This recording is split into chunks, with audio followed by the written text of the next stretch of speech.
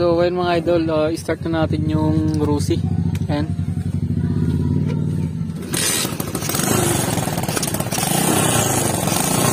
Mga idol.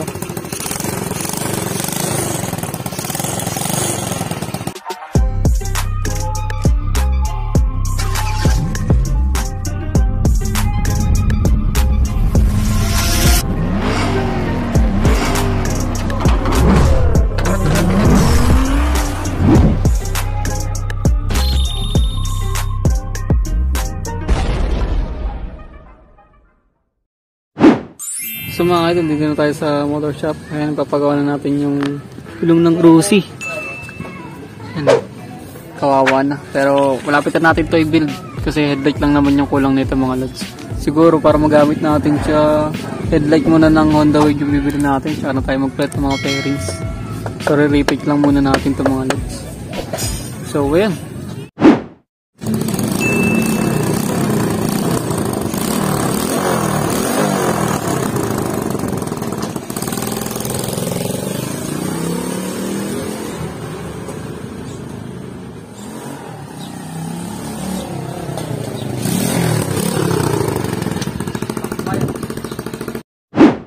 So yun mga idol, dahil singaw na yung tambucho natin dun sa Rusi, no?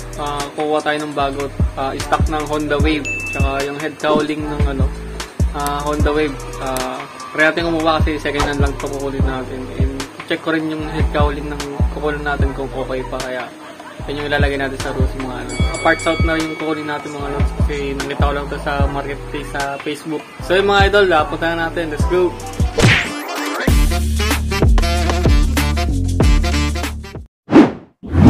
Sa wave. May lookin na nga oh.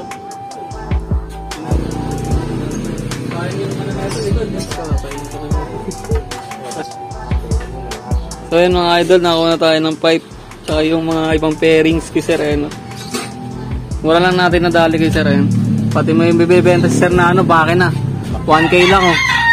Ayun oh, buo pa yan 1K. Ang pang Honda Wave natin tsaka ring set sa ibang parts. Salamat po sir. So yun mga idol, nakabili na tayo ng pyesa ng Rusi project natin. Ayan, stock exhaust ng Honda Wave 100, bagong bago pa mga lods.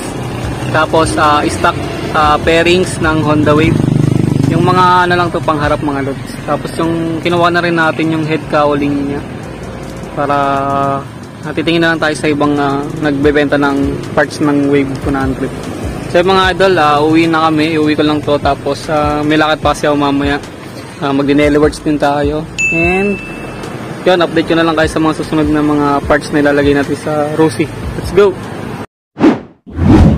So ayun, binalikan ko muna yung mga ibang pairings na nakalimutan kong bilhin, katulad nitong pairing sa harap, kaya kinuha ko na muna itong mga idol. Tapos dadaanan ko rin yung isang pairings na bibilin ko dito sa Muntinlupa. So yun mga idol, nandito tayo sa Muntinlupa, sa Bayanan Muntinlupa, no? At kukunin natin yung pairings ng Rusi, yung inner pairings. Yun guys, nahanap ko lang din doon sa marketplace sa Facebook. Pinunta ko na rin yung ginawa natin doon sa Las Piñas kasi hindi ko nakuha yung pangharap niya na pairings. Kaya dinaanan ko na rin sa Muntinlupa para isang lakaran lang tayo mga idol. So mura ka rin naman nakuha yung mga pairings mga idol, kaya pinunta na rin natin. Ayan, dito tayo ngayon sa Uncle John. So dito din daw kami makikita ng yung buyer mga idol. So yun, update ko kayo mamaya pag nakakuha na natin yung inner pairings mga idol na ang Rusi natin.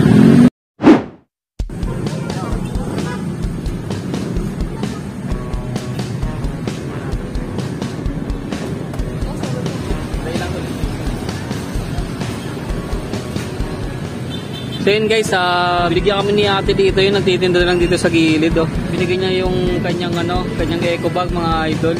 Kasi di kasi doon sa eco bag na dala namin yung kulay red kanina. Ayan, bali para lang daw magkasya sabi ni ate. Nakakatawa naman kasi kung sino pa yung wala talaga, sila pa yung tumutulong talaga sa mga tao, no? So yun lang mga idol, na share ko lang kasi nakakaano lang.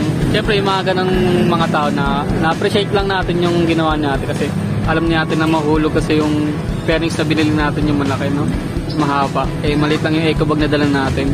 Meron siyang dala at binigay niya na sa atin yung eco bag niya. Then pinalit ko na lang din yung eco bag. Sabi ko nga, babayaran ko na lang. ayaw magbabayad ni ate. Kaya ayun, nakakatuwa lang yung mga ganun tao pala na may mabuting loob mga idol. So ayun mga idol, kakain na muna kami ni Julie. Dito lang sa Muntinlupa siguro. Yan. At ayun, uwi na rin tayo mamaya. And try natin kung mapag-vlog tayo doon sa bahay ng buuin natin yung mga pairing. At yun lang mga idol. So yun mga idol, dito kami sa Festival Mall at kakain na muna kami ni Julie. Ano? So yun mga idol, dito kami kakain ni Julie sa Ramen Kuroda. Kasi favorite namin yung ramen dito mga idol.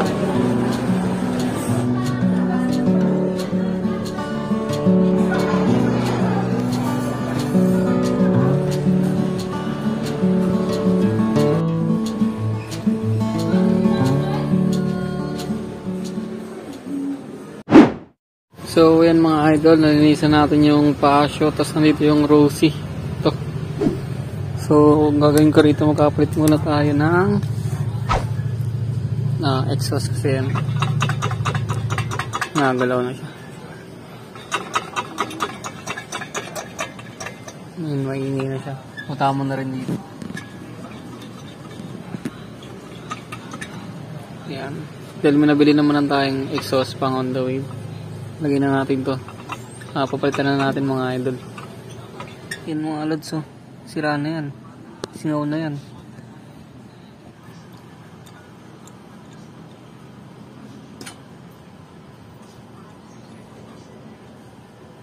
Grabe, sirang-sira na mga lods. Ito yung stock exhaust ng Rosie natin mga lods. Ayun, no? Na welding ko na rin to dati, pero ayun, kinalawang na talaga kasi hindi rin na kasi nagagamit. Kaya, so ayan, medyo okay pa naman yung bushing. Kaya ito, magpapalit tayo ng bagong exhaust pang Honda Wave. So ayan, press naman sila ng sukat mga lods. Sukat na sukat naman. At yun, buo naman yung exhaust na nakuha natin. Goods pa naman yan mga lods. So medyo may kailangan lang ng konti, pero okay pa yan mga lods. Ayan, medyo makinis pa naman yung chrome nya. Ayan, Honda Wave 100.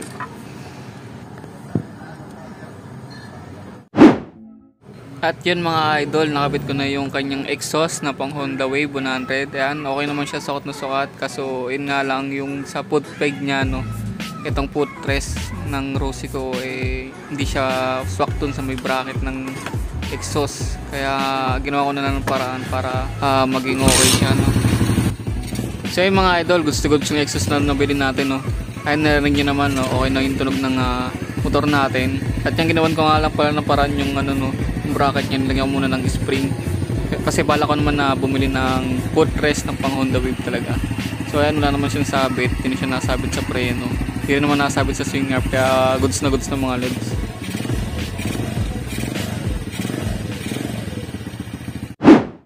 So yun mga idol, ito yung Rosie Wave. At ayun na nga, nalagyan natin yung ibang pairings na binili natin mga idol. Ayun ang mga lads, medyo may kulang lang na ibang pairings, pero okay na, unti-unti. Nakulang na lang headlight, tsaka yung pairings dito.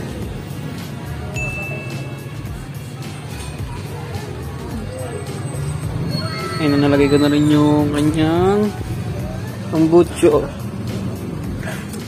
Ito, pang Honda Wave. Ginawa ko lang ng paraan kasi kailangan pala yung foot peg na ito. Yung pang Honda Wave talaga. Kasi may ano yun may ilagay ng bracket na ito para sa exhaust. Kaya ito muna ginawan lang ng paraan. Spring muna, buti na may spring dito. Kinabit ko lang muna rito. Kasi yung stock na ito, yung pang Rosie, hindi ito nakakabit. So yan, hindi naman siya natama. Tapos may preno tsaka yung dito. Ngayon, nalagay ko muna tong bracket kasi dito ko lalagay top box. Tinanggal ko na sa pasyo, ayun yung pasyo mga lods. I-restore pa natin itong mga idol pag naayos na. Nag-order na ako ng headlight dito. Ngayon, yung wirings lang, tsaka yung ito yung ball racer ba yan? Tawag din yung bearing dito. Kasi matigas. Ball race yun, ball race. Yung bearing.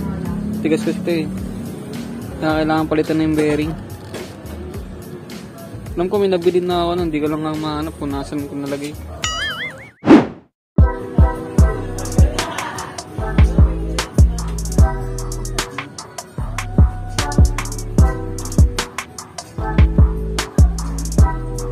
So ayun mga idol, nalagay natin yung top box. Ayun, solid. Pwede na ulit pang camping. Mga rabas, mga idol, oh. Yan. Hindi lang naman mulagay na ito mga lods. Tornilyo lang naman sa... Bali, dalawa ng tornilyo rito sa bracket. Dito sa dulo, tapos dalawa doon para balance. Matibay naman itong DC motor kasi nakailang beses na rin na magpagawa ng chassis dito eh. Ito hindi pa nasisira. Ayos. Pwede na ulit pangarawas mga lods. Yung pasyo. Aesthetic na lang.